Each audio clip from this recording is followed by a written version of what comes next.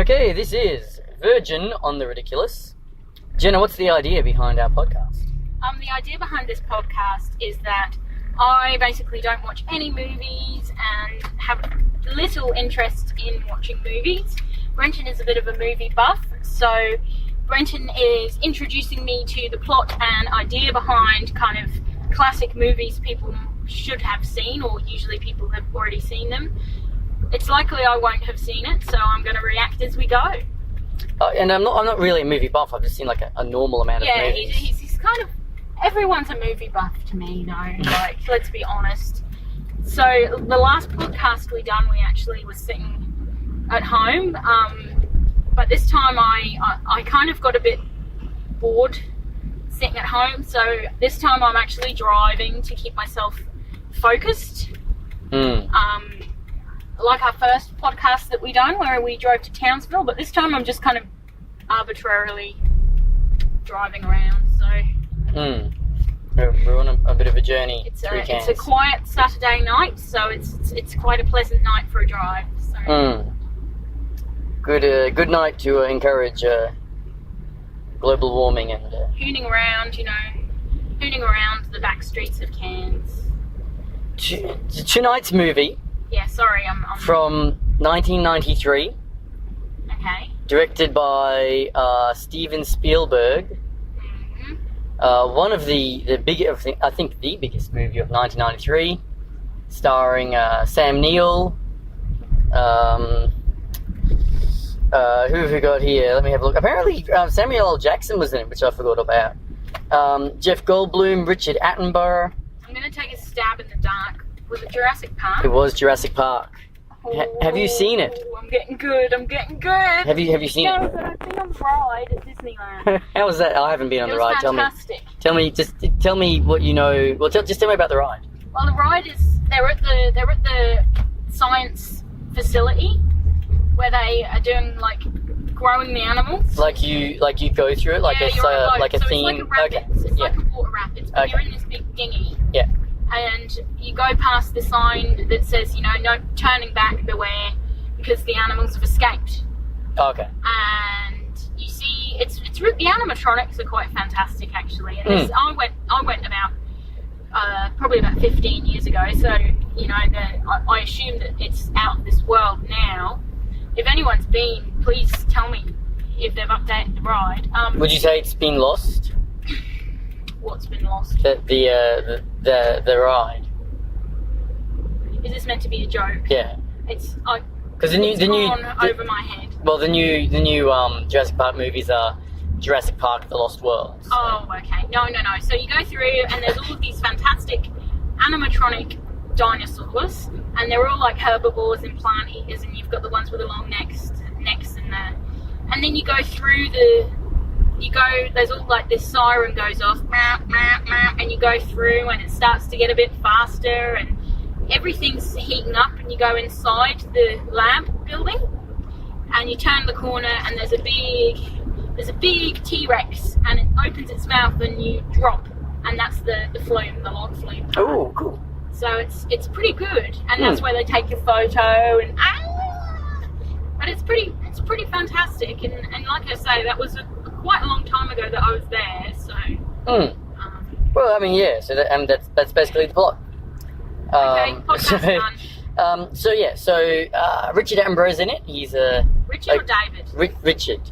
Richard, okay. I don't think they're related. Okay, so they're just. He's like a class. I think he's a very classical actor. Like he's well respected, and he plays John Hammond. And John Hammond has discovered something really cool that they've found. They hatch some eggs, don't they? Dinosaur eggs. Yes. Do you know how they create them?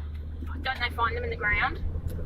No, Oh. no. They find a mosquito trapped in amber, and they take the DNA that is inside the dinosaur blood in the mosquito, and then mix it with frog DNA. Chicken egg or something. Yeah, well, mix it with frog DNA, and then they use that to bring basically dinosaurs back to life. Right. So that's the whole premise of this. Okay. Yes. And they want to open it up to people. So it's like a zoo for dinosaurs. Yeah. It's meant to be a zoo for dinosaurs, but they escape.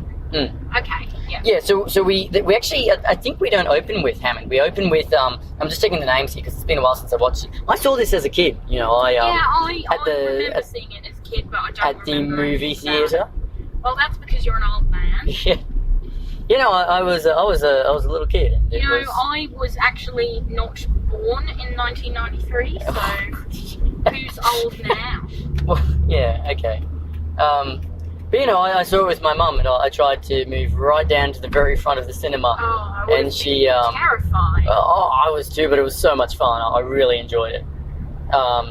Yeah, no, so I saw it at the cinemas. It was great, and so we start by meeting Sam Neill. You know Sam Neill? Do I? Hunt for the Wilder People. He was he's the man in the main male lead. The guy with the dad. The adult, yeah. Dad figure. Yeah. Okay, yeah. And Dr. Ellie Sattler, who's played by, if I just look it up, I can't find her. Laura Dern. It will make no difference to me. Laura Dern, who I don't know. Is she blonde? Yes. Okay, there we go. I have a picture in my head. Okay, I don't know what else she's been in. I can't think of anything.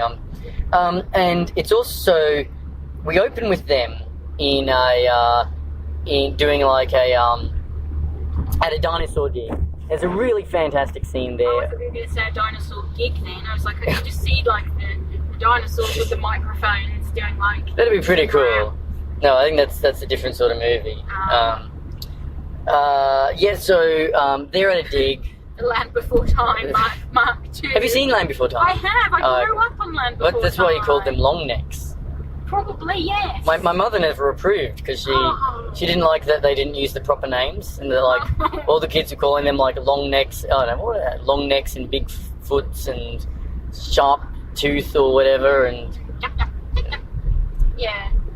What was that? Oh, it's like the little dinosaurs. A ducky. Yeah. Sad. Anyway, so they're at a dinosaur dig. And there's this, like, bratty kid there, and Sam Neill does not have time for bratty kids. And then, like, just, like, basically, like, traumatizes this kid by, like, showing him a velociraptor claw and describing in detail the way that a velociraptor would, like, carve him up and eat him. And it's a cool scene, but it sort of tells us, you know, Sam Neill, not very interested in kids. Alright. Is the plot twist it's his kid? No, it's not his kid. He doesn't have a kid, but he meets some kids when he goes to Jurassic Parks. So he and his, I want to say wife, and Jeff Goldblum, who is a chaos scientist. Do you know Jeff Goldblum? Are you asking me? Yeah. He was the Fly, I think. In what? In The Fly. Oh, take me! Brenton. I'm looking for movies that you might have seen with him. Oh, you've seen Grand Budapest Hotel. I have, yes. He was in that. He's the guy who got his fingers cut off. What does he look like?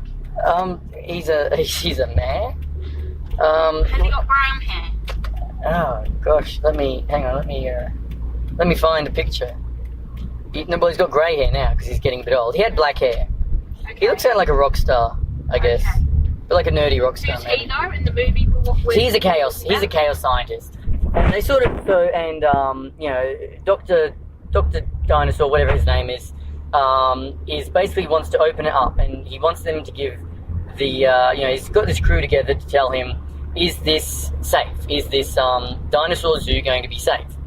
And Jeff Goldblum's character is super negative, super skeptical. He's like, you know, chaos science, and you know, there's nothing you can ever predict. So you can't. He's like the priest in. You say in every movie there's that character that's negative, that's like forecasts how things are going to go wrong in the future, and like how the priest in Romeo and Juliet foreseed he kind of helped things go wrong. Yeah, okay, yeah. So he's that character in this. Yeah, he like foreshadows things sort of going wrong. Yeah. Yeah, so they check it all out. They do a talk where, you know, he gives a talk where Richard Attenborough's character gives a talk where he talks about the science behind what they're doing. And then they go out and have a look at it, see some dinosaurs. They find like a triceratops that is that's injured. Hold on. There's a flaw in all of this. But There was only one dinosaur DNA in the mosquito. How have they made multiple different? I think they've dinosaurs? like been hunting down mosquitoes, like amber mosquitoes, Right, and making lots of different dinosaurs. Every single amber mosquito comes from that same period of the. Yeah, well, I mean that's the thing. That's yeah. So that's kind of like a flaw, sort of, in the film. Like, not all the dinosaurs are from the Jurassic period. Like, they're from all different periods. But it's just like the name. I think it's just like a cool name for. Okay, so it's kind of like they're just kind of fucking about and doing what they want. Yeah, right. Okay, Well, they're playing God, as Jeff Goldblum puts it. He's because he's super, again, like, he's just unimpressed. Like, he's like, this is some bullshit, man. This is going to go wrong. Yeah. Which it does, because I can't remember the name, but Is there like an evil scientist that makes the T-Rex? No. So the T-Rex is, they feed it a goat. There's a big scene where they feed it a goat here. A live goat? Yeah, it's a fantastic scene, because they lead the goat down, and then it sort of disappears, and then at some point it, like, sorry for this non-vegan moment, but the leg of the goat kind of lands, boom, on the front of the car, and that's kind of like the moment where it's bloodthirsty. So that's the moment when you realise that, well, it's a carnivore. Well, yeah, but up to that point, it's never eaten like a live thing. No, they always feed. No, they always feed it live animals. But it's like the switch that they think, okay, this shit's gonna get real. Well, it's when the leg dropping onto the car. I've jumped forward a bit, but it's like the moment that reveals, oh shit, the T-Rex is here. But doing it by sort of like reminding you, hey, last time you saw this leg, it was on a goat. So the T-Rex the goat went to the T-Rex. So where has it come from? This leg that suddenly fell down, it must have come from the T-Rex. What rating is it? Is it like a PG? It's M. I think it's M. It was M when it came out. Okay, so it's like cheesy special effects stuff. It is. It's legitimately scary. It's legitimately scary. Stephen King, did you say? It was written by Michael Crichton. Who did you say? Spielberg. Spielberg directed it, yeah. King. Yeah. Stephen King movies always had that terrifying... King? Or Spielberg?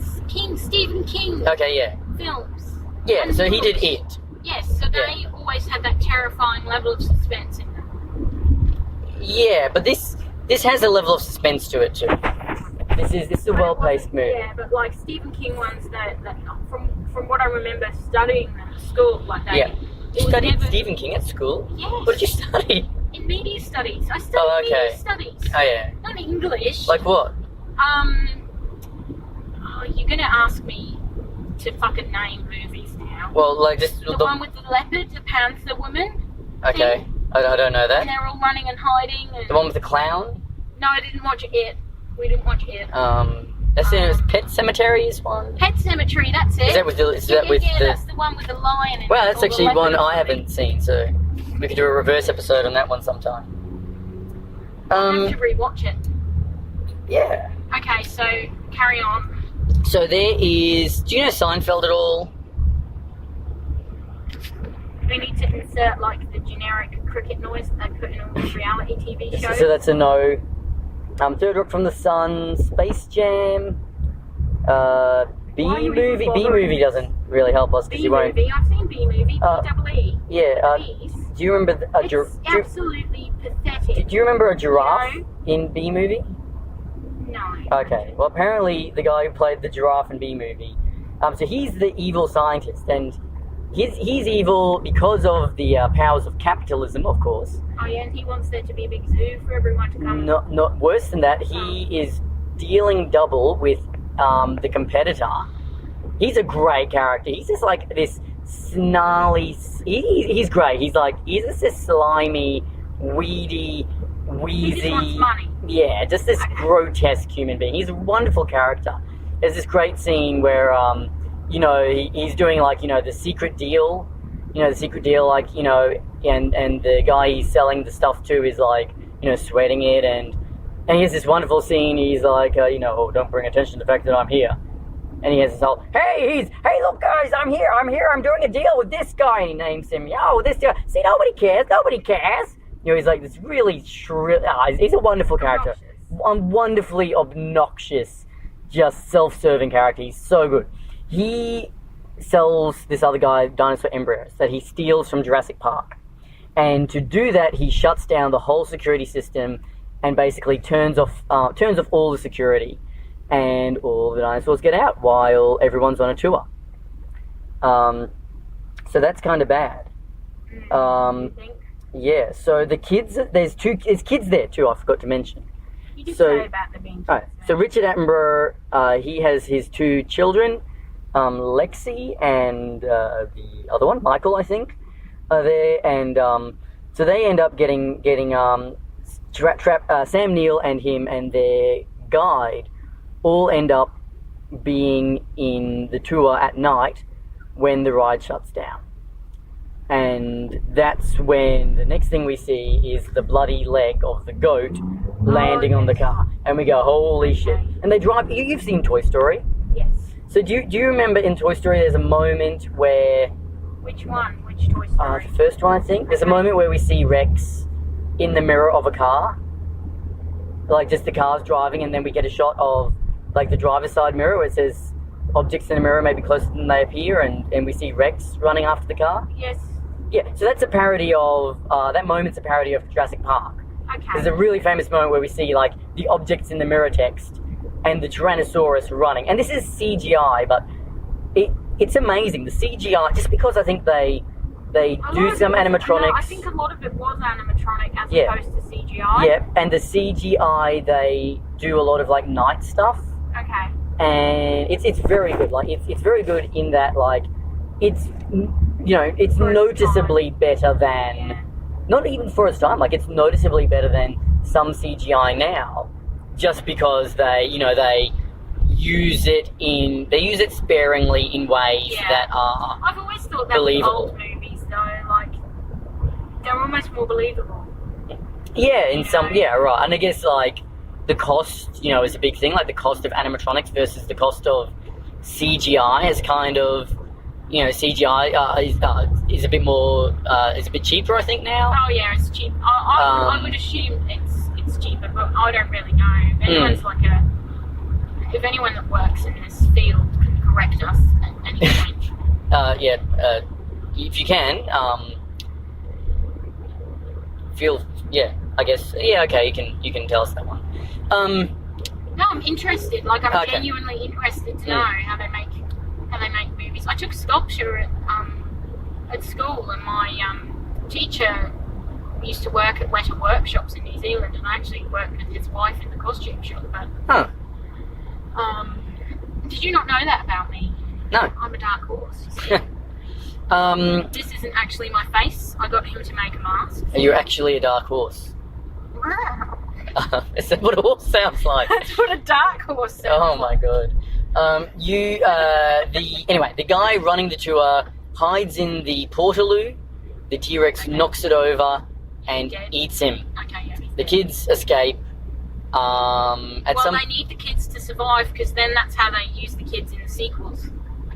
Well, I don't think the kids are in the sequel, really. Oh, that's a bugger. They make an appearance. I've seen the sequels, the two. Just keep on going with the plot, because we're getting distracted. The kids, and Sam Neill escape. They spend a night in a tree. They kind of bond, and this is moving because it's like, Sam Neill's character is like the one who doesn't like kids. Oh, okay, yeah. So he gets to kind of be the protector and the guardian of these kids. Yeah, he gets everybody gets everyone over an electric fence. They all come together. At some point, his wife comes back into it, I think. Like, they find her again. Yeah. They find Jeff Goldblum. He's survived. Dressed immaculately in white, like in Transformers? I don't remember. Does she actually get dirt on her clothes? No, I think she gets a bit of dirt on her clothes. It's because she's dirty. Like a dark horse. They climb... They climb over an electric fence. They get zapped by... one of the kids gets zapped by an electric fence. Nearly dies, but they manage to can the keep him safe. Not get over the fence? Well, not once it's electric again. Okay. So... Okay. And all the dinosaurs are. So this is something else they discover. All the dinosaurs are female. Okay, so they can't breed. Well, they already know that. They've made them all female on I was going purpose. to say that they could... can they breed? But guess what they find? A man, a boy. Eggs. Oh. And so there's this whole thing about, because they use frog DNA, Oh. they are like, frog. oh, what? It's a frog mated with a dinosaur. Yeah, like they mixed frog and dinosaur DNA to make the dinosaurs. Sorry, how did she get the eggs? Because of the dinosaur DNA, they're like, oh, it's like those South African frogs that can change gender, change sex. Oh, okay. And like, you know, and that's like Jeff Goldblum's whole line: life finds a way. So yeah, the dinosaurs are reproducing. So there's a whole sort of thing about chaos and unpredictability, and this idea about, you know, unpredictable consequences and not knowing what's going to happen, and playing God and all these sorts of messages. And yeah, and I think I don't know what else really happens.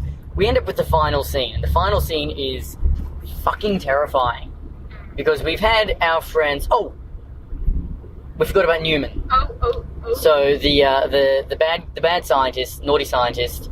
Oh yeah. He tries to escape He's not with Campbell, his things. Is he? Hmm? He's not Campbell, is he? No, so he played Newman in Seinfeld. Not Campbell Newman. Not Campbell Newman. Making No. a joke. I know. Tiny It laugh. was very funny.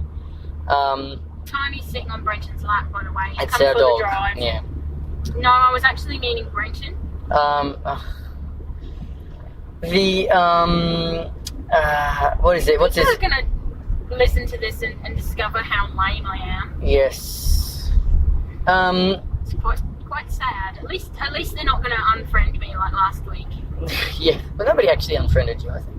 Well, no one's listened to the fucking podcast. Okay, there it is. A Dilophosaurus. So he crashes his car and encounters a Dilophosaurus, which is terrifying. It's just this really this tiny lizard-like dinosaur who he keeps an eye on, and comes out and then like spits black sludge at his face, and then we assume, you know, eats him. But we don't know that for sure. No, but he's the bad guy. He's come to a bad end. He's done. He's finished. He's over. So we know that he's come to a bad end, and then we meet the other stars of the movie, the Velociraptors. And why are they the stars? Do they kill the T-Rex? no, just they're just terrifying. They're just like, because they're like, I don't know how to describe them. Like They're like the small, vicious, fast dinosaurs, and we know to be scared of them because remember at the start of the movie, Sam Neill has a Velociraptor claw, and he tells this kid. So it's like foreshadowing. He tells this kid, you know, they could kill you this way, they could kill you that way, or you know, this is what they're going to do. They're going to come up to you in front of you, you know, scare you, and then it comes back from behind. They're like cassowaries. Like tiny cassowaries, maybe. Cassowaries with no skin. They're tiny though. They're like the size of a dog. I thought they were big. Well, they're big, but they're like dog size. They're not okay. They're not like cassowary size, really. Okay. So they come onto the scene, and oh man, I have to say, like, obviously you don't get this from me describing it, but there are so many just very, very good moments in this movie. Like, you know, the T-Rex in the rear view mirror, like the Well, it's iconic, isn't it? It is. It's really iconic, and it deserves to be. You know, the guy getting eaten from the toilet, the black sludge being spat out. Just like so many moments from this movie are completely iconic. I have to say, I've just turned down the wrong street, and there's no street lights, and there's all roadworks, so it's dark, and I'm just driving. I'm going to turn around because it's actually making me feel a bit freaky. Do you think there might be a velociraptor? There's a tiny saw. Oh, there's a what's that? It's curlew there. Oh yeah, and there's a tiny saw.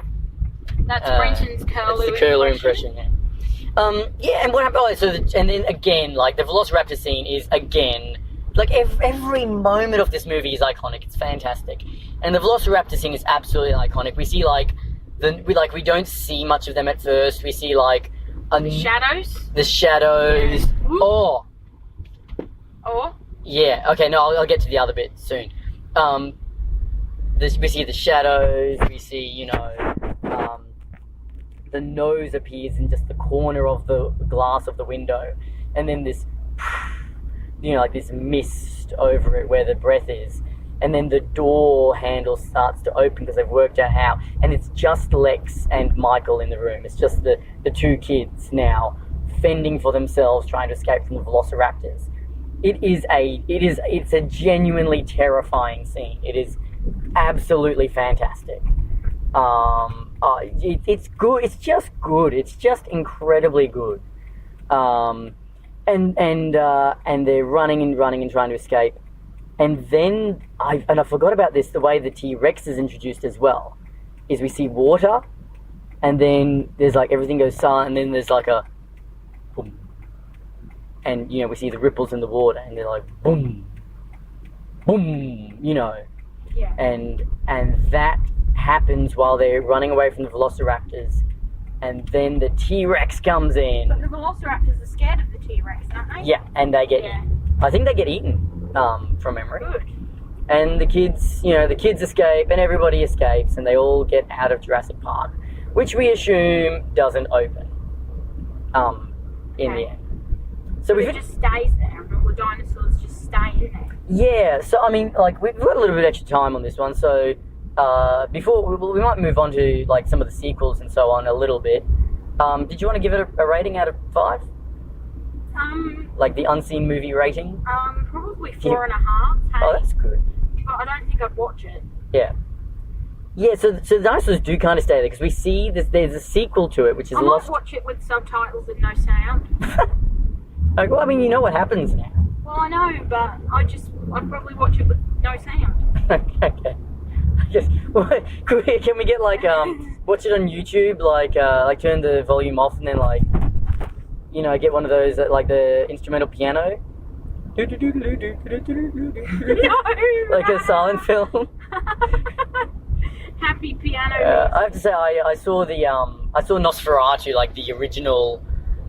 When I was in Ireland, I saw the original Nosferatu, like the vampire movie. Yeah.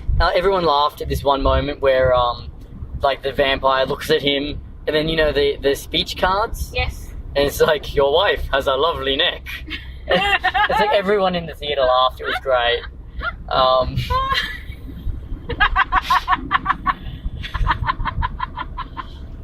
No, so yeah, the dinosaurs. 4.5. 4.5 out of 10. Out of 5. 4.5 out of 5. Yeah. Whatever we're rating it out. Out of 5. Yeah. Yes. Well, I mean, there's a big difference. Yes, there is. 4.5 out of 5. Okay. Please. So there's a Lost World is like the sequel, and that's pretty cool. Like they have left the dinosaurs there, and I can't remember what like. I haven't seen this for ages, and I didn't research this one.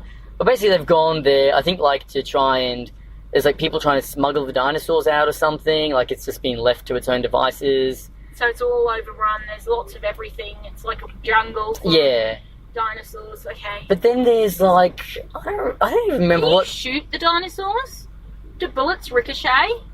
How would you kill a dinosaur? Oh, I don't know. Well, I mean, they do... So this one does kind of have bullets and stuff, because one of the characters, and again, I'm going from memory, like one of the characters is like a soldier, and then he was like... And then, they're like watching people do something bad, and they're going, the lady goes, oh no, this is terrible. And the guy's like, yeah, well, they sent a backup plan, fortunately.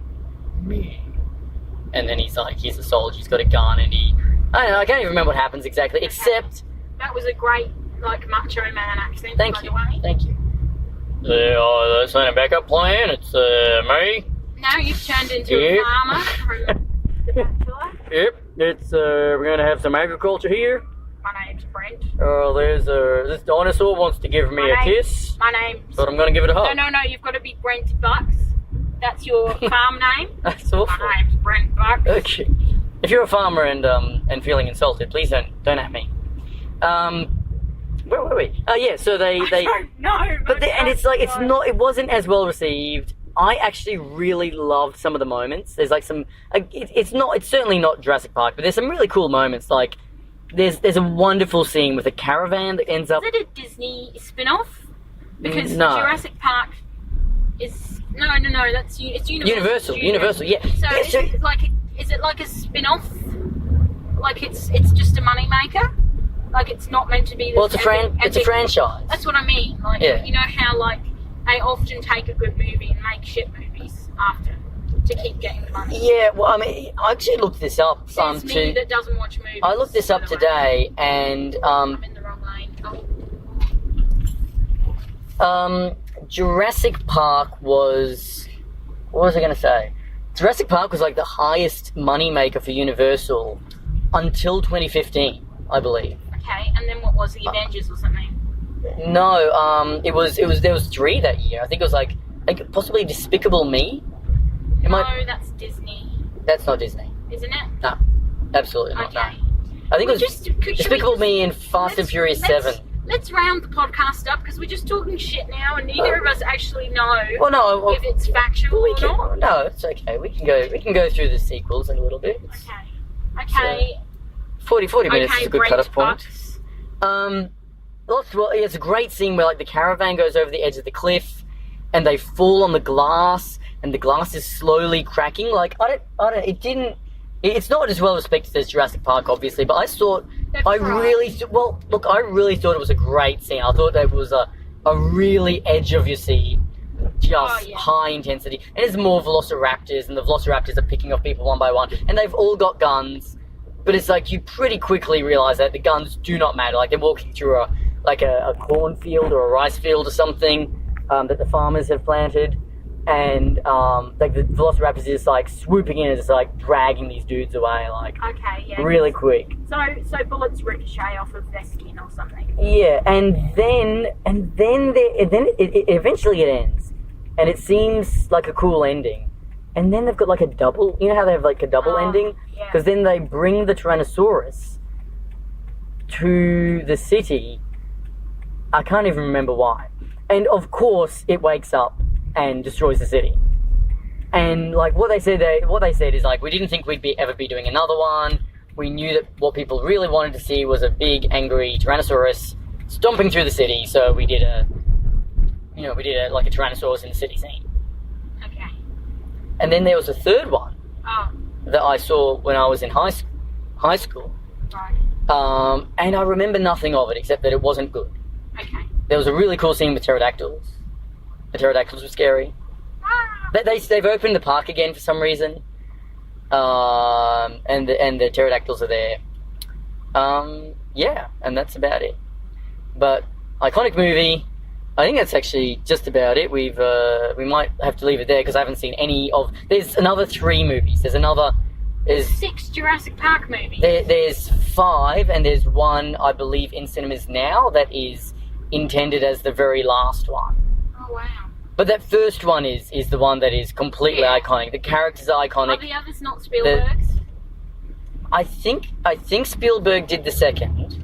Okay. I don't think he did the third. I don't think he would want to be associated with the third, to be honest. It just wasn't very good. Yeah. But yeah, do you have anything else to say about like dinosaurs or dinosaur films or anything else? No, not really. Okay. I think I may actually, since saying I would watch it with subtitles and no sound, I may actually watch it with sound. Woohoo, that's pretty exciting. So far, out of the 3 podcasts we've done, this has been the only movie I've actually turned around and said, I will watch that movie in a vampire voice. Yeah. Yeah, that vampire voice. You have a beautiful name. That was good, yeah. Alright, and did you have any final thoughts about dinosaurs or Jurassic Park? You just asked me that! Oh my god! I have a dinosaur doggy that's a velociraptor. Yeah. No, I think they should stay in the past. This is why you shouldn't fuck about. Yeah, okay. Well, I mean, that's about with eggs and that's kind of the message of the first film, you know. I can't, you know, it's, I don't want to overplay it, but, you know, it is simply a good film that is a classic film for a reason. I think they got everything right. The script is great. The effects are entertaining. It's suspenseful. Cinematography is great. Yeah, it's just like a good movie. Like, not even necessarily a great movie. It's just good. It's just well done. All right, we'll leave it there. Wonderful, thank you. This is Virgin on the Ridiculous. What do I say to end it? The end? Yeah, go for it. Okay. What's that? The end.